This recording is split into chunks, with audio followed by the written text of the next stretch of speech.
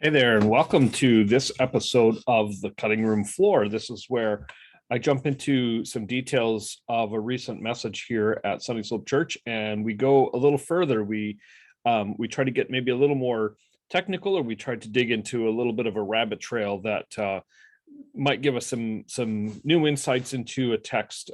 Usually stuff that doesn't quite make it into a message, but stuff that's still interesting and worthwhile nonetheless. I'm going to share my screen here.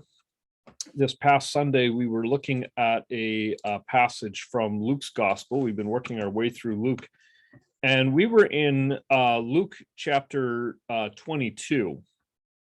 And I'm going to scroll here. Oops, went too far. In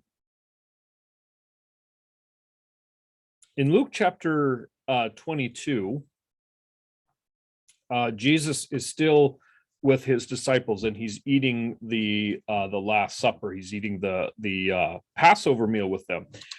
There's one detail that we spent a little time looking at on Sunday that I think is worth exploring a little bit further, and I'm going to show you what it is. It's here in chapter 22, verse 25, where Jesus says that the kings of the Gentiles exercise lordship over them, and those in authority over them are called benefactors. I'm going to just circle that here. What I said on Sunday was that title of benefactor had a very specific meaning. It was a title that applied to a very clearly defined social relationship. And a benefactor was someone in the community, usually someone of wealth and someone of means, who established a relationship with the community.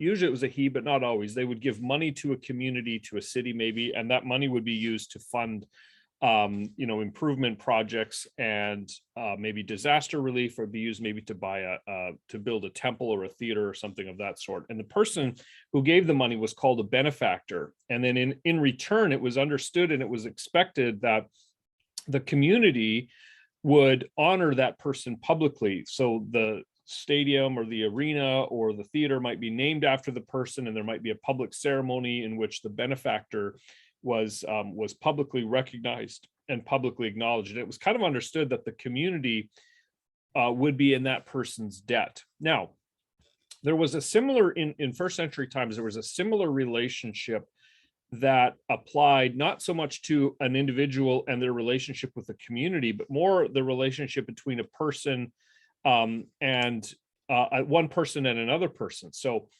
you might have a person of great means and great wealth, and then you have a person who's really has no means or no wealth. And if that person of lower status wanted to somehow gain some benefit, they would enlist the help of the wealthy person. So that might be if you wanted to be able to have access to a person of great status. Maybe you want to be able to have, like, an appointment with a high-ranking government official, or maybe you want to be able to get a position, a job, or you want to find maybe debt relief or credit, you want advice, you want influence from someone else. If you're low down on the totem pole, one of the ways that you can climb your way up is by talking to people or by being connected to people who are in higher places. Now, what often would happen would be that a person who was very wealthy could help that low down person make a connection that would be valuable to them. So the wealthy person who was well connected in the community could then go to the person of low means and say, okay, I will help you get connected with a person who will give you a job and will give you, or give you advice or give you influence, or maybe give you relief from your debt or something of that sort. The person in need would be called the client. And then the person who had the means and the influence would, in this case, would be called a patron. And so what you have is a patron and client relationship. So the patron is the one who has the wealth and the means and can help the client to get a position, get money, get protection, something of that sort. And so in other words, the patron would use their means, their influence, their social status to help a person who did not have those things. Now, in return, it was understood that the client would have to do everything in their power to publicly recognize and to give credit to the patron. And so the client would go out of their way to always, praise the client, or praise the patron, to always give them thanks. They would always be indebted to the patron. And so that was a patron-client relationship.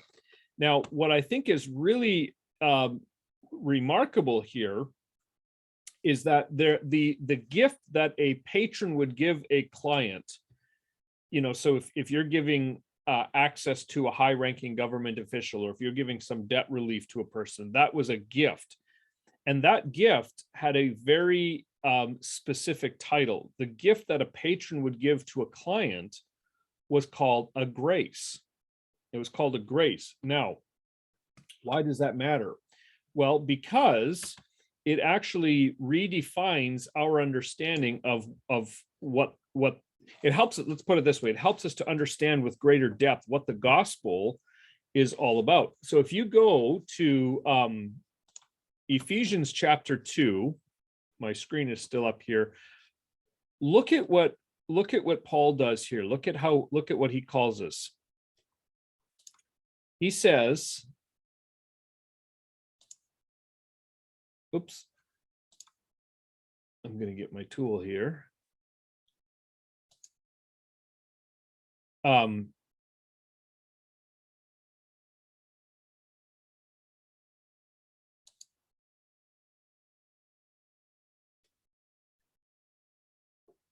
Here we go. Paul says in Ephesians chapter 2, he says, "It is by grace you have been saved." Now, Paul is not just inventing that word and that idea. He's not just saying God did something nice for you. He's drawing upon the imagery of this patron-client relationship. He is saying that God is the supreme patron. He's the ultimate benefactor. He is the one who pours himself out at great expense and great cost to himself in order to come alongside of us, people who have none of that influence and who have none of that position. And God gives the ultimate grace to us. He gives us the ultimate gift. And then what does that mean? Well, the whole purpose of that is that it creates a relationship between us and God. It creates a sort of, you might say, a supernatural patron-client relationship in which we are forever indebted to the God who has given us the ultimate grace.